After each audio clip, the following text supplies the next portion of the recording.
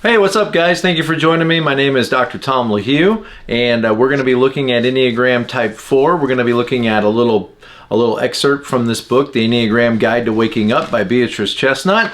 And before we get started, I just want to remind you, in the description below is a link to my website, tomlahue.com, where you can book Enneagram coaching appointments for yourself. Also relationship coaching there, using the Enneagram for your relationships.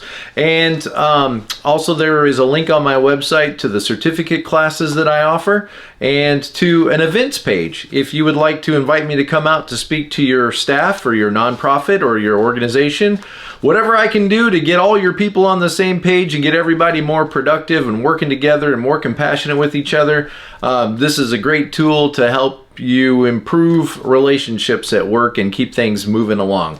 All right, so let's get started. I'm back in my my office or my studio here. Don't have to use the green screen, and so it's good with fours to be realistic and to be authentic. So here we are, a little bit authentic today. All right, so we're gonna look at this page. What is it?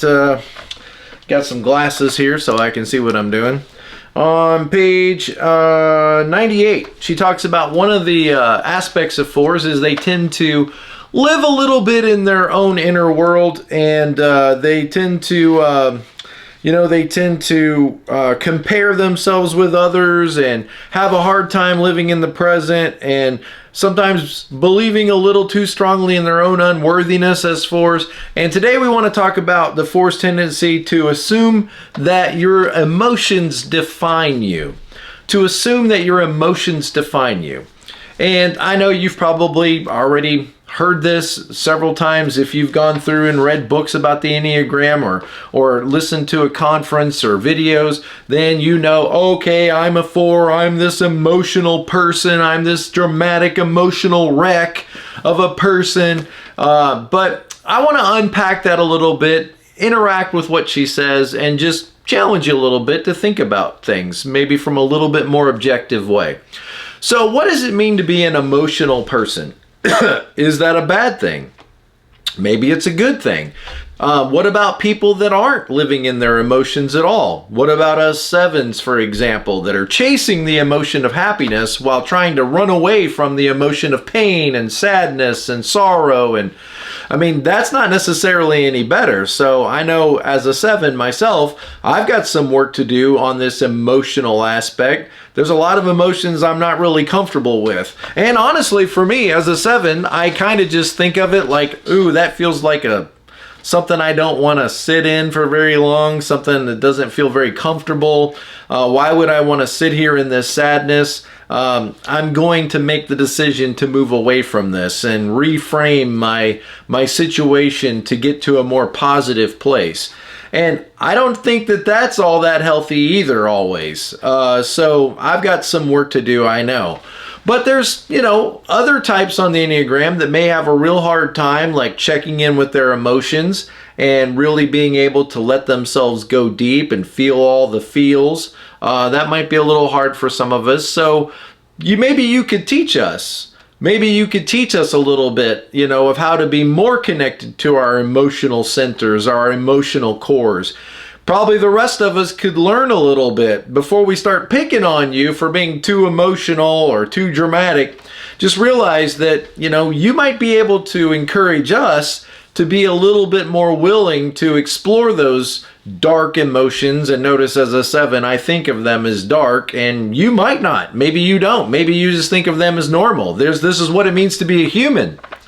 It means that you go through sadness and darkness and pain and all that, but maybe you don't think of it as something like to be avoided, as maybe I would. Okay, lots of maybes going around here today. All right, so let's talk about this living a little too much in your emotional self. All right, she says that you likely tend to over-identify, that your emotions may define you or characterize you or give them too much importance in your life. And you might say, well, what would this mean? Like, what does this look like? I don't know. I think in my mind, let's say that you have an interaction with some friends. Like you make some new friends and you go out and do some things with them and you think everything's going to be good. You think you're going to have a good time with them and you think maybe finally now I found some people that aren't crazy that, will treat me well, that I can interact with and we can go on, day trips with. And then what if something pops up in that experience where you have a negative feeling? Somebody in that group, says something off color or says something, that you don't appreciate. Maybe they pick on somebody or they just kind of are too brutal or harsh in their treatment of one another, and you think to yourself, I don't like this. Like I'm not enjoying this. I don't know about these people. I'm thinking that maybe I don't want to be around them. I'm having this negative feeling about them, about the way they're interacting, or maybe I feel like I'm being manipulated by one of them or bullied by one of them. One of them's coming on too strong or he's making all kinds of rude comments or rude jokes. And so you have this emotional response. In other words, you feel something. You feel something that just feels like, I don't know that I want to hang out with this person or these people, and that's normal. I think we all have that experience. Or maybe it's something at work. You might feel like the people at work aren't really for you. Maybe they're withdrawing from you, and you get this feeling like something's changing at work. People aren't acting right. They're not acting the way they used to. And there's just something off. There's something that's not right about my manager or about the fellow employees. And notice that feeling comes up, or that anxious thought comes up. And then how does it affect your decision making? How would it affect your interactions? What I'm saying is if you had sort of some negative feelings about people, how much attention do you pay to that? Does that mean, okay, I got to get out of here. I can't be friends with these people. I've got to remove myself. Or are you able to say to yourself, well, yes, I'm feeling this way, but maybe I'm not interpreting things accurately. Maybe I'm being too sensitive. Maybe they're not really that bad. Maybe I should give them the benefit of the doubt. My guess is what she's saying is that could be really hard for you to be able to say, yeah, I'm feeling something's off, but that's no big deal what I feel. I need to just go ahead and continue on and give them the benefit of the doubt. And maybe I'm just not perceiving things accurately. And after all, this is my job. So I've got to just, grin and bear it. I got to just grin and bear it and go on with things. And even though I might feel a little bit off here and I don't feel like I'm, connected right, or I feel like the tribe that I'm with is not necessarily reflecting my values. Like maybe these people a couple of them made some racist comments, or a couple of them made some off-color comments, or a couple of them made some political comments, or something that I don't appreciate, something that I don't like, or something that I don't accept in my own life. Are you able, when you feel something passionately, to shrug that off and say, yeah, but the reality is I gotta have a job, or the reality is I need to have some community in my life, I need to have some friends in my life, and probably nobody's going to be perfect, probably nobody around me is going to ever slip up and do something that I probably everybody. Are you able to shrug that off, that feeling off?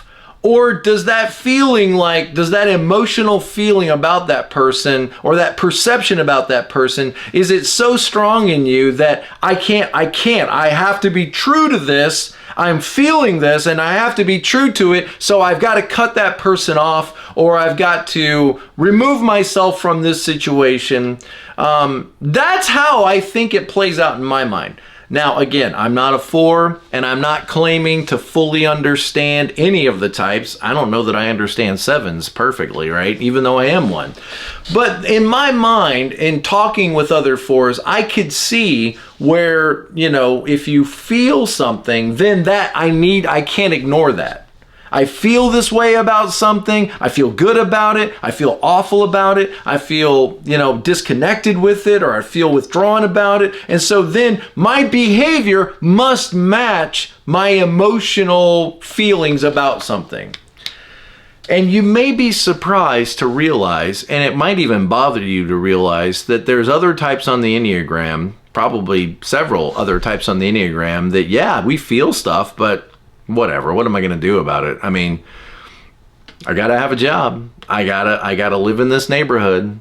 I got to live in this family and get along with these people. So even though I might feel something very strongly, I might feel something very passionately, what am I going to do about it? I can't back myself out of every cul-de-sac I get into in life, and I just got to go on regardless of how I feel.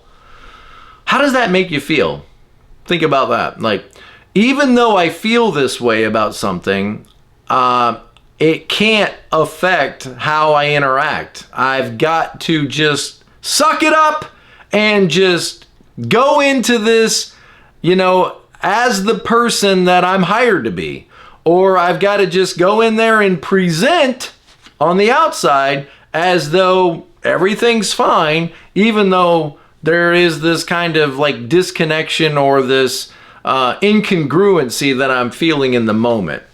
The reality is if you are wired that way, if you are wired that, I feel something and so that needs to affect how I present or how I interact or how I connect, if that, then you probably do feel like you're doing that a lot. I would think that you would feel like, you would probably be like, Tom, I do that all the time. Like, you have no idea how many times I feel something and then yet I put on a happy face, or I just suck it up and I put on the uniform and I go back out there into this world pretending that everything's okay, pretending like it's not bothering me.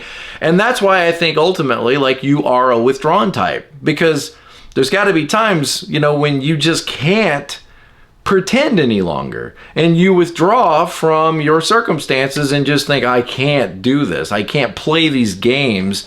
I can't go out there in this outfit and pretend like everything's fine when everything's not fine, when everything's not okay. So I would imagine, especially like self-preservation fours, that you probably catch yourself doing this a lot. You probably catch yourself feeling something, but then having a difficult time wrestling between, should I be true to my feelings and then present in this way and be direct and straightforward and maybe a little bit harsh and blunt?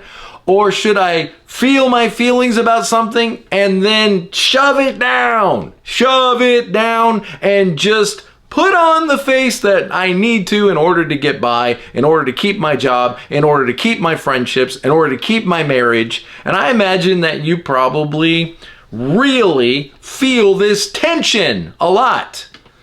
I don't know. I mean, you tell me. We all, and we realize we all, to some degree, feel this tension. I just think there's probably a lot of other types, like particularly nines, for example, that just go, oh, well, what are you going to do about it? What are you going to do about it? It is what it is. It is what it is. And, nobody's perfect. And you just got to get back out there and you just got to go, put it behind you and just move on. What are you going to do? And I imagine that would be hard for you. Like, you feel that to a greater degree, that tension, more problematic for you than it would be for some of the other types out there. So she says in here, probably what you get called is, I just want to prove to you that I read, all right, overly sensitive and dramatic. How does that make you feel? Self-absorbed. Ugh. Don't, hey, realize that they say the same things about sevens. I like to say, I'm not self-absorbed, I'm just self-referencing. I think that sounds a little bit better, but, realize that maybe some of these other types, like twos, for example, they might look at us and think you were so self-absorbed. So self-referencing. Don't you care about others? You're always thinking about yourself, always thinking about how you are coming across. So let me just think about that a little bit. Overly sensitive. Again, My guess is you probably heard that when you were growing up as a kid, like, oh my goodness, you're so sensitive. Oh my goodness, are you kidding me? And I think the people in that worth and value group, 2s, 3s, and 4s, to some degree do come across as sensitive, and 3s too. 3s are sensitive too. I know they're disconnected from their feeling. I get all that. But I mean, very sensitive into like, how are people responding to me? If you think about sensitive as how are people responding to me, imagine as a 4, you're sending out sonar, 2s, 3s, and 4s, you're sending out all this sonar, and then it gets reflected back to you, and the message that other people are giving back to you is very important to you. And when it's not correct, it bothers you. When you're not getting the response back from people that you expect, you're not getting the response back from people that you want, and maybe even feel like you need, it could feel very problematic to you. So overly sensitive, and you probably think being sensitive is good. I always thought being sensitive was a good thing, like being big-hearted and being, in touch with my feelings and being affected by other people and their needs and their hurts and empathetic toward others. Isn't that a good thing? And I think it is. It is a good thing. It's just what happens if that gets dialed up maybe a little bit too far, and you might say, well, what would that look like? It would look like your feelings get hurt a lot. Or let's say it this way. Sometimes you have a tendency to think that things are a reflection on you when the rest of us are like, how is this about you? Like, how does this say anything about you? Okay, test me on this. So if somebody else is successful, if somebody else gets the promotion, how does that make you feel? If somebody else gets the acknowledgement, if somebody else gets the positive interaction, if somebody else, is made over, or somebody makes over them, or applauds them, or approves of them, or if they walk in the room and all the attention goes to them, does that in any way cause any kind of negative feelings in you? Do you look at that and think, well, what's so great about them? Why is everybody talking about them? Why is everyone so interested in them? Do you take it in any way as though other people's success, other people's fame, other people's fortune, other people's good fortune is in any way a reflection on you?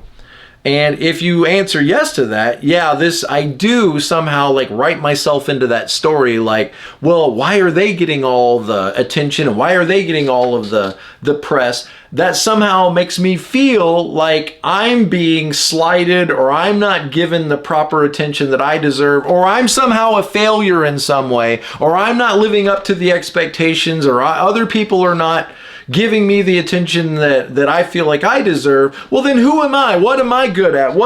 There must be something wrong with me, or something fatally flawed about me. And how come people aren't responding to me like that? Just notice if your attention goes to that kind of thing. And then recognize that there are other types on the Enneagram that almost give no thought to that kind of thing. Like when somebody else wins, we think, great, fantastic for them. I'm so proud of them. That's so wonderful. Like I'm entering into the joy with them, for them, and I don't really in any way take this as a reflection that I somehow don't measure up. Like this doesn't have anything to say about me. This doesn't mean anything. They won the marathon. I'm so happy for them. That in no way indicates that I'm a less of a person in any way. I wasn't even in the marathon. I wasn't even running the marathon. I don't even care about the marathon. I care about their success. I care about them reaching their goals. I care about other people making over them, making them feel loved, and their exceptionalism and their achievements and their popularity doesn't in any way define me or say anything about me. And just realize how much freedom you would feel if that were true. If you could say that, if you could recognize that someone else's success, someone else's popularity, someone else fitting in no way says anything about my flaws or my failures or okay, let me put it this way. If somebody makes over Beethoven, they listen to Mozart and Beethoven or Handel or Bach or whatever, and they listen to, man, this is really great. I've never listened to classical music before. These guys are masters. Wow, I just can't get enough of it.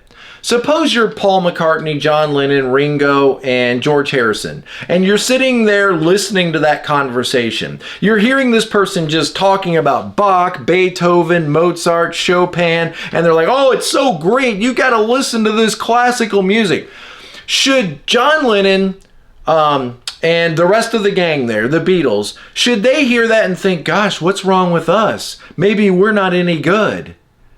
Because look at all the attention's going to Mozart. Okay, everybody understands that those classical musicians, they're in a totally different league. All right? They're in a totally different league of what it means to be a musician.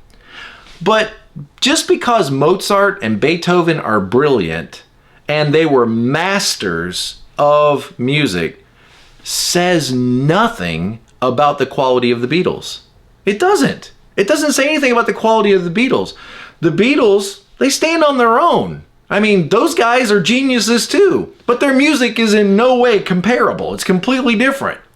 But can you imagine what would happen to the Beatles? What would happen in John's mind, in Paul's mind, if they started to stay with this way of thinking? Like, well, gosh, what are we doing? Why are we even doing music? Why nobody even talks about us like they talk about Mozart? I mean, maybe we should just quit. Or maybe we need to really dial up the intensity on how unique and special and different we can be so that other people will notice us and tell us how wonderful we are too. And, you know, that might work. But it also might, at times, make other people think, what are they doing? Why are they doing what they're doing? They were great the way they were. Why do they feel this need to like dial up the intensity and the uniqueness when who they were was fantastic? And maybe you've had people respond to you like that. You know, like, we loved you and thought you were great the way you were. And now that you have changed your look or changed the way you express yourself, we're trying to scratch our heads here and figure out what's going on. And guess what? We're misunderstanding. And what do four say? I feel misunderstood. I feel misunderstood. And again, I'm going to pause right here again and just say it straight to you that maybe I don't know what I'm talking about. Okay? I'm trying to figure it out. And sometimes fours are kind of a conundrum. And I think you know that about yourself. So if I don't have it perfectly, be patient with me. At least I'm trying, okay? Nobody understands this. Okay, you have one person right here who's not a four, have no connection to a four, who is trying to understand you. So appreciate that. Just appreciate that and say, wow, there's this guy's trying to figure us out and help us to figure ourselves out a little bit. How much of your attention goes and focuses on how you're feeling about the day, how you're feeling about other people, how you're feeling about your work environment, how you're feeling about your living environment, how you feel about your relationship, your marriage, the city you live in? Just notice how much of your attention gets focused on how you're feeling about things. And many times that's probably a good thing. The rest of us could learn from that. I already said that, right? But does it ever work against you? Does it ever work against you? Does it ever cut you off from things in your life that would be great for you, but I can't participate in those things anymore because something in me was off about that? I had this incongruent feeling about that person or about that organization or about that church or about that office or about that. So I had this incongruent feeling where something just didn't feel right. It just, something was off. And so what? I need to separate myself from that? Sometimes yes. Sometimes absolutely yes. And maybe you need to even do more than separate. Maybe you need to call the police, or maybe you need to call, and set up a meeting with them to talk about it. But there's probably many, many times when you just need to recognize I have that feeling and then just kind of, oh, well, I'm not going to give a whole lot of attention to that because you know what? I'm a four and I tend to think four things. And sometimes these four things can separate me from the things in life that are actually there to make my life better. So if I stay with this line of thinking that Mozart's better than me, then I might end up doing some pretty strange things and never really fully integrating all that I am, because then I feel like I've got to become something I'm not in order to be a better version of myself. And guys, every 2, every 3, every 4, there is a certain sadness about them, because who I am is not enough. Who I am is not enough. I got to show up as this better, more improved version of myself. I've got to be helpful Nancy, who's always chasing around everybody with brownies, and being sweet and kind, because I need to be needed, because who I am, if I just showed up, why would anybody want to have a relationship with me? So I've got to make a new, improved, nice version of myself. Or I've got to make an outstanding, wonderful, achieving, excellent version of myself. A superhuman. Because if I just showed up as a regular guy, that's not enough. Or I've got to be this outstanding, unusual, mysterious person that's unlike anybody else. That doesn't like the same things other people like. Because if I just showed up as a normal person, how does that even make you feel? Normal person. Probably the worst thing you can imagine is if somebody said, oh, you know what, Sarah, you're the most basic, unoriginal person I've ever met. So basic and pedestrian. Boring and unoriginal. That's you. Just notice how that feels like a knife going into your chest, right? Boring and unoriginal. Plain, some might say. Just a plain Jane. That's you, plain. Feels painful, right? Right. Well, I get it. And I don't think, just realize, there's some people on the Enneagram that are cool being unoriginal. They just want something comfortable, or they just want something nice, or they just want something clean. I just want something clean and tidy and put away. I don't need it to stand out. I just want it to be clean and nice, or I want it to be familiar and cozy. I want it to be nostalgic and warm, something that brings up some sentimental feelings. And I don't think that you're wrong at all in wanting it to be unique and special. I just think sometimes it might be helpful to realize you can't help it be unique and special. You are a different person than everybody else, and as soon as you put on a black t-shirt, yeah, it's the same old black t-shirt everybody else buys at Walmart, but it looks different on you because you are not everybody else. You can't help but be unique, special, and different. You can't help it. I mean, even if you had a twin sitting right next to you, an identical twin, there's going to be differences between you and that twin. Oh, look, I got a freckle over here and he's got a freckle over there. Oh, look, I've got, more of a receding hairline. Receding hairline. I'd say it's done receded. All right. Okay, so I'm getting a little bit off here. That's what happens. My brain gets a little sidetracked. So I feel, therefore I am. You equate your experiences of life to what you're feeling emotionally. Emotions are important. Emotions are good. And the rest of us need to connect with them greater. Just what happens if you dial it up a little too high? Since I'm feeling frustrated, then I need to show frustration. Since I'm feeling disconnected, then I need to show everybody how disconnected I'm feeling by withdrawing or throwing my hands up and saying something awful and slamming a door. And it might not work for your own good. I mean, that's the whole point of all of this is is the impulses and compulsions of your personality always moving you toward your goals? No, they're not. Sometimes they're moving you away from your goals. And catching that and observing that is what it's all about. And you realizing, oh, wow, I kind of do this thing. I have this pattern. I didn't really think about it before, but now after watching this video and reading these books, I'm starting to understand what my patterns are. And sometimes these patterns work for me. And it is good to understand your emotions and think about them and feel those things. But sometimes these emotions and giving too much attention to them could really pull me away from things in my life that I love.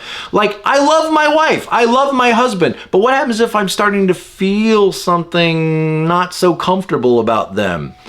Well, sometimes you need to act on that, but then other times maybe I just need to go, well, they're not perfect and this relationship isn't going to be perfect and I need to learn to accept them as they are, and I need to just not make such a big deal about this. I mean, there's balance, right? Having a balance there. That's all I'm saying. Balance. Balance equals health. So a little bit more balance. Let's see. Your emotions are important, but they aren't all of who you are. Okay, good.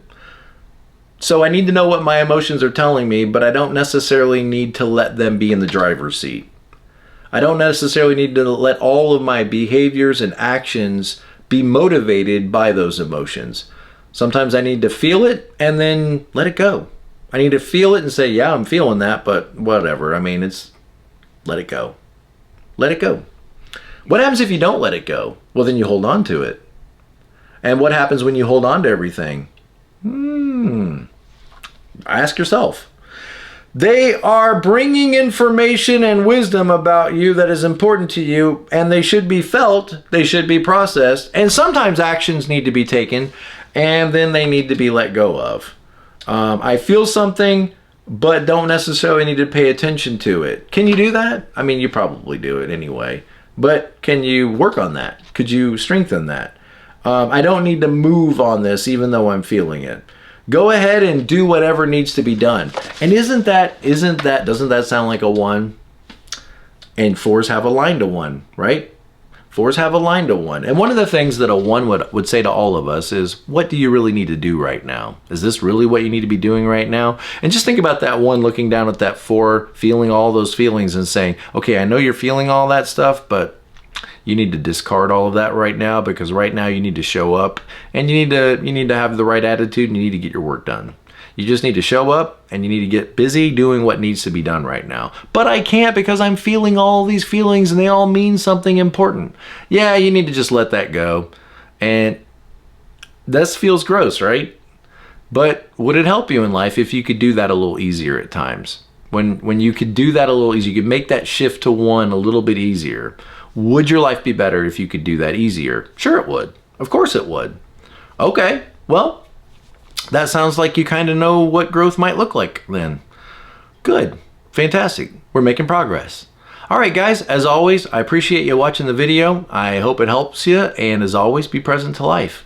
And present to life means sometimes I got to throw stuff off that I want to focus on and just get back there into the game and stay at it. All right. Appreciate y'all. Take care. Bye.